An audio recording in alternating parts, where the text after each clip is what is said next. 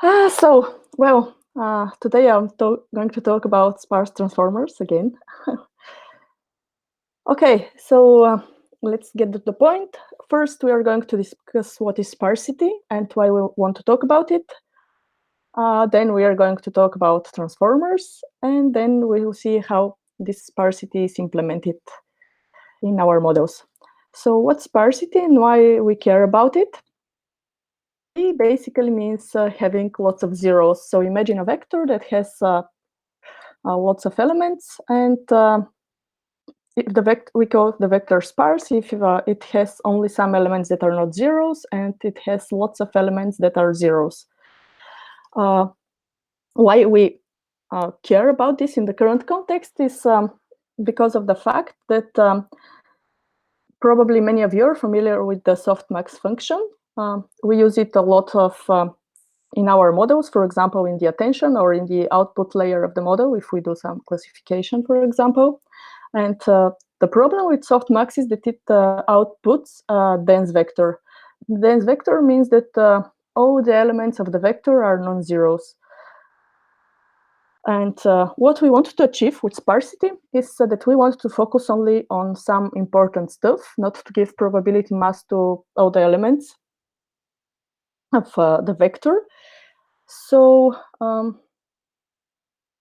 and that's why we want sparsity. We have only the important parts that the model considers important to be non-zeros.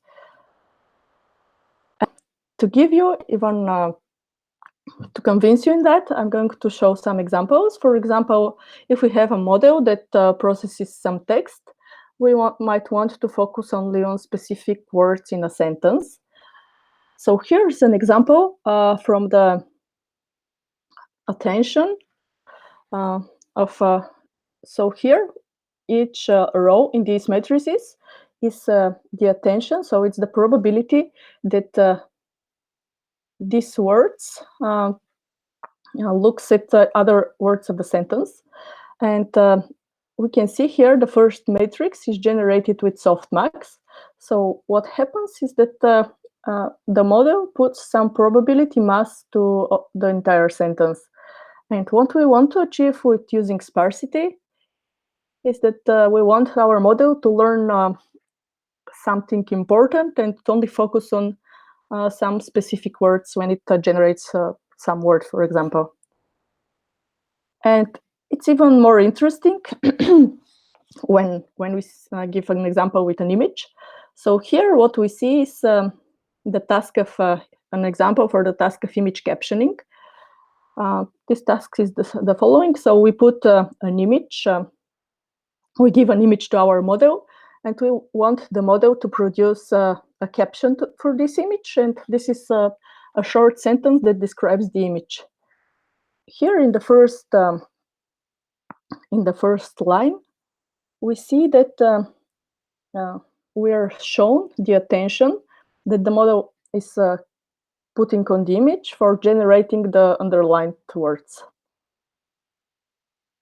So the first line shows attention with softmax, and here we see that it's very blurry because it gives some probability to the whole image.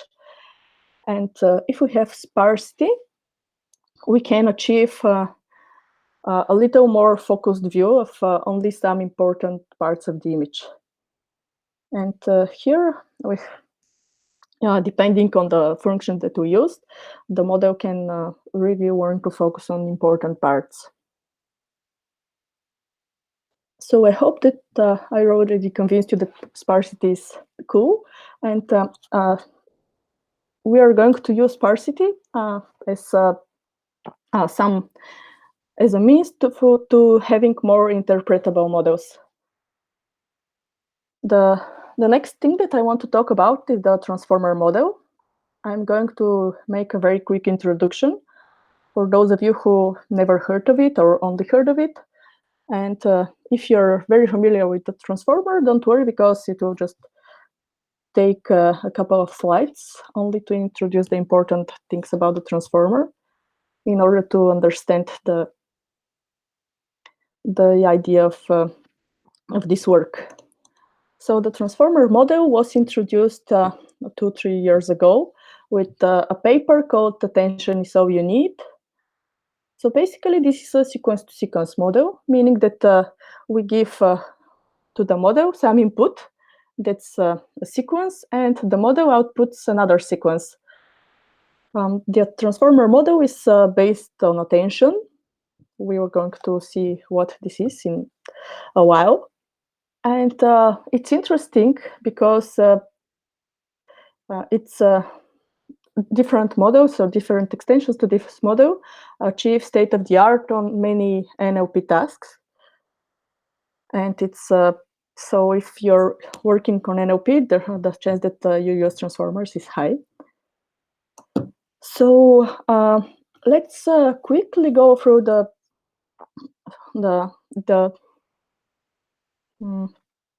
idea of the transformer. For this, I'm going to use a very cool blog called the blog post called the Illustrated Transformer. Probably if you work with transformer, you have seen this one. If you haven't, I highly recommend it because it's explaining the model in a very intuitive and graphical way.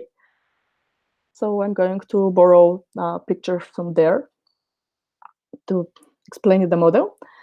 So as we said, the transformer is a sequence-to-sequence model. The input is some sequence of text. In this case, this is some sentence in French.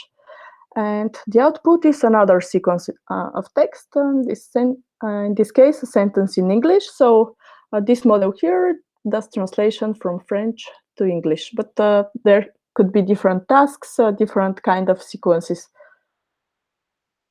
So if we zoom inside the model, we'll see that it has encoders and decoders.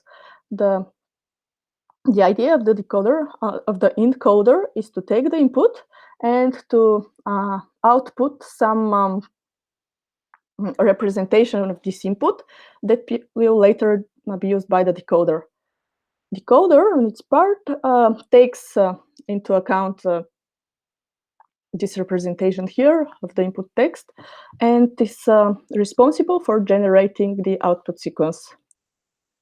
If we zoom in even more, we can see that the encoder and the decoder of transformers are consist of several layers. The number of these layers is just a parameter of the model, so we can control how many layers we want there to be. And those layers have the same structure. And the output of the last encoder layer is used by each layer in the decoder in order to generate the output sequence. If we take a look inside each of these layers, they basically have some attention and then followed by feed-forward layer. So let's see this with an example. Here, we want to encode the sentence thinking machines. This is a sequence of 2 elements. And here we pass to the first encoder layer the embeddings of these words. Then they go into the self-attention, they output some vectors, then they go through some feed-forward layer, and then they are output from the first encoder layer, and all the encoder layers have a similar structure. So the part that we care about in our presentation is this attention layer. So attention means that we allow each word in the sequence to attend to other words in the case of self-attention in the same sequence. So this means how much we want to focus on all the different words in the sequence when we do the representation of this word, for example. And here, this formula, how the attention is calculated, we are not going to go into the details of it. What we care about is that it uses softmax. This means that we do something. So we have some input, we do some transformation, of the word embeddings, for example. We get some scores for each word, and then we do softmax. This means that we have some probability that defines how much these words, with what probability it looks at specific parts of the sentence. And self-attention means that the words in this sequence attend to the words in the same sequence. Another interesting thing is that self-attention can have many heads. This means it can have several vectors of probability that are mapped to this sequence. And it can have even more heads. So some standard number is 8 heads, but this is also a parameter that we can set up. What's interesting, what turns out to be interesting is that the attention heads can focus on different things of the sentence. We'll talk about this a little later. Also, something that we have to know about transformers is that it has attention in 3 places in the model. This is self-attention in the encoder, meaning that when we make representations of the words in the output sequence, in the input sequence, we look at the words in the same sequence. We also have self-attention in the decoder, meaning that when we make a representation of one word of the output sequence, we attend to the same sequence. And the third attention, the third place where we have attention is this contextual attention, where the words in the output sequence attend to words in the input sequence. For the scope of the current presentation, what we want to focus on, that in the transformers, sparsity is introduced in those attention head. Attention head is, we can think of it as one vector over the entire sequence. Okay, the idea of this is that if we focus on just a few words, this can make the model easier to interpret. And several groups have thought about this idea of having sparsity in transformers. So there are several implementations of this idea. For example, some people from OpenAI are doing this sparse transformer with a fixed attention span. So it only focuses on several words around the current word that attends on them. Some work from Facebook research that trains how long the span will be. And there's a work which comes from our group that is for adaptively sparse transformers. And here we can the attention in such a way that the word can focus on words in the sentence, but they can be in different places in the sentence, which is cool. And we are going to further idea now. So this work on adaptively sparse transformers is based on 2 key ideas. The first key idea is that we replace the softmax in the attention heads by some other normalizing function. This means that the output will be sparse and will give some probability. The second key idea is that this normalizing function will be adaptively sparse. This means that it will learn how sparse it wants to be, because it might not want to be sparse, as you'll see. In order to give some intuition of how this is implemented, I will start with talking about softmax. So probably most of you have heard about softmax and have used it. So what it does when we use it is that softmax exponentiates and normalizes, meaning that if we have a vector of scores z, the softmax of the ith element will be the exponent of the score of this element divided by the normalizing constant. So this will give some probability of the ith word. What we don't like about it is that it's fully dense, so it's always greater than zeros. And so another thing that we want to mention is argmax. Argmax can be written as the solution of this optimization problem, finding the maximum element of Z transpose P, where Z is the vector of scores and P is the probability distribution over those scores that we want to calculate. So P is the solution of this is what we want to find. And this argmax is one hot vector that has zeros everywhere and one in the position of the highest scored index. And here, it turns out that there's a very nice formulation of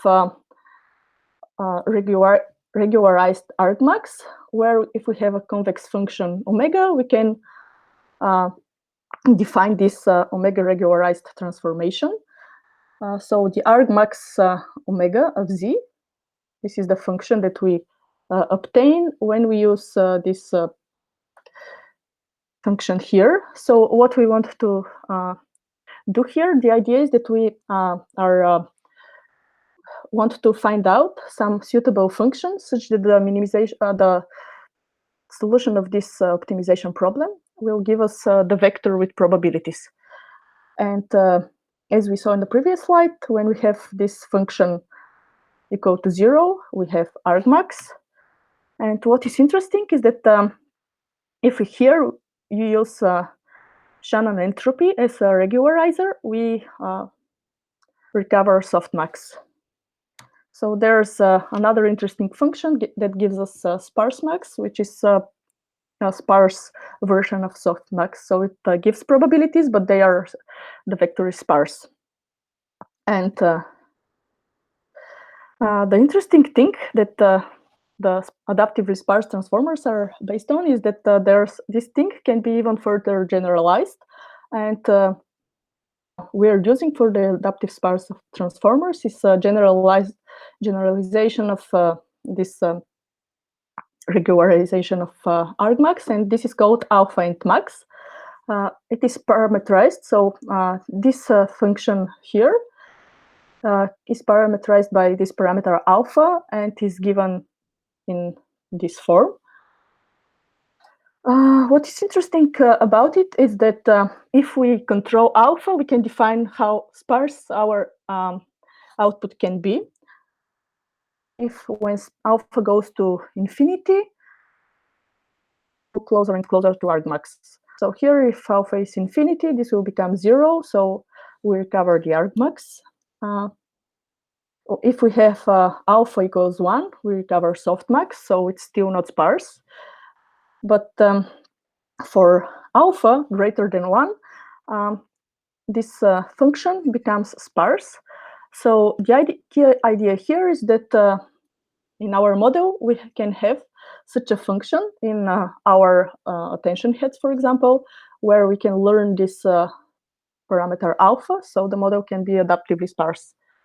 And here is just a graphical idea of how this thing looks. So for alpha equals 1, we have the softmax, which is some, I guess you're familiar with this one. So the interesting thing is that when we start to increase alpha, the function starts to become more and more sparse, meaning it has more and more zeros.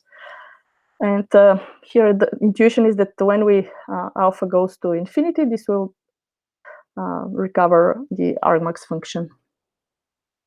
So the main thing that we want to take out of this part is that the adaptively sparse transformers replace this softmax in the attention heads with the alpha-entmax that we just defined, where alpha is the learnable parameter of the model. And this allows the model to learn how sparse each of its heads should be. And the idea of why we're doing this is, as I mentioned in the beginning, is for having more interpretable models and hopefully better performing models. And one example here is for that it can be shown that some of the by using sparsity, we can more easily identify in different head specializations. For example, one head here, this is just an output of one of the attention heads from the transformer model, is a head that learns to point to the previous position. So when we generate a word, it puts most of its attention mass on the previous position. So in the case of softmax, we see that this is also true, but it's a little more blurred because we have a probability mass over the whole sequence. And when we have sparse attention, we can see that this is more and more clearly visible. Another interesting attention heads. Okay, by the way, here the alpha was learned by the model in this 1.91, so it decided to make the model pretty sparse. Another head that was detected is the interrogation detected head. What it does is that it assigns high probability to question marks at the end of the sentence for those words that that are related to the question. For example, here in this sentence, what puts most of its probability to the question mark. Another interesting thing about this specific head here is that it decided to learn alpha very close to 1. So the alpha and max decided to make the head not sparse, which is interesting. And it's the idea of the adaptively sparse. Another interesting head that was detected during those experiments was the BPE-merging head that places most of its probability mass in the same BPE cluster as the current token. So BPE, this is, for those of you who never heard of it, this means byte pair encoding. And basically the idea is that we split the words. Instead of the whole words when we train the model, we split the words on criteria. So for example, here the word balloons was split into those 3 tokens. And these were the tokens that were part of the vocabulary. So, and it's interesting that this head, completely unsupervised, decided to learn that when we generated this token, it will attend to the next tokens that are part of the same word. And again, this head decided to be very sparse. So these are just examples from some experiments on machine translation. And of course, this is still an open field of research, so many more interesting examples can appear. So at this point, if I have shown you that sparsity can be useful inside the models, and you might be wondering how you can use this. Is it this easy to use? Is it something that you have to put a lot of work in? Well, it's a very cool Python package that implements this sparse model. So if you want to do this, just you can just do pip install entmax, and you can get this module and start playing with it, or you can also check its GitHub repository. So basically, this is a model that is using PyTorch. So that's one thing about it. So it uses PyTorch and it implements some of these algorithms for alpha-entmax. If you are interested, you can just take a look at it. And the usage is simply when you install the model, you can just replace the use of softmax with sparse-max, which is a specific some specific implementation of entmax, or some of the other functions that are present in the model. And another thing, if you want your model to have sparse output, you can replace the softmax in the output layer with some of these entmax functions. And then the other thing that is important to do is use use the corresponding loss function instead of cross entropy or. Okay, so if you're interested in it, you can check there are lots of links here to the documentation, to the papers, into the GitHub repo. Okay, so this was everything from me. So today we covered three main things. So we talked about what is sparsity and why it's interesting to think about it, to include it in the models for better interpretability. We showed how we can include sparsity in transformers, and in hope that it will make the models more interpretable. And we also saw the intuition of what stands behind the sparsity in the adaptively sparse transformer. So this is the use of the entmax function, and also, at the end we show that if you want to use it, and if you're using PyTorch, you can use sparsity out of the box with this PyTorch plugin. Okay, so I think that's